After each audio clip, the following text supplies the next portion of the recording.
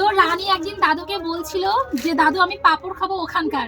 তো দাদু কিন্তু ঠিক মনে করে রানীর জন্য এই যে পাঁপড় নিয়ে এসেছে। দাও এক প্যাকেট, এই যে এই একটা, এটা আমি জানি না কি, কিন্তু দাদু এটাও নিয়ে এসেছে।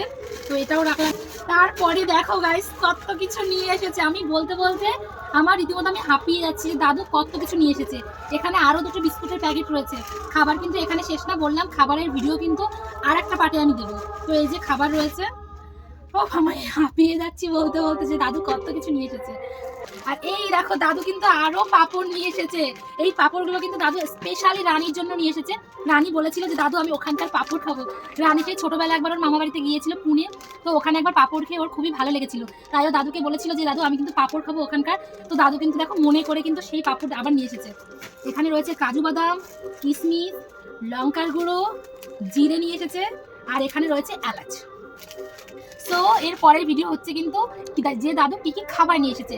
তো খাবারের একটা ভিডিও যাবে, তারপর দাদু কিন্তু অনেক গিফটও নিয়ে এসেছে। তো গিফটও তোমাদেরকে শেয়ার করবো যে দাদু আরো কি কি গিফট নিয়ে এসেছে।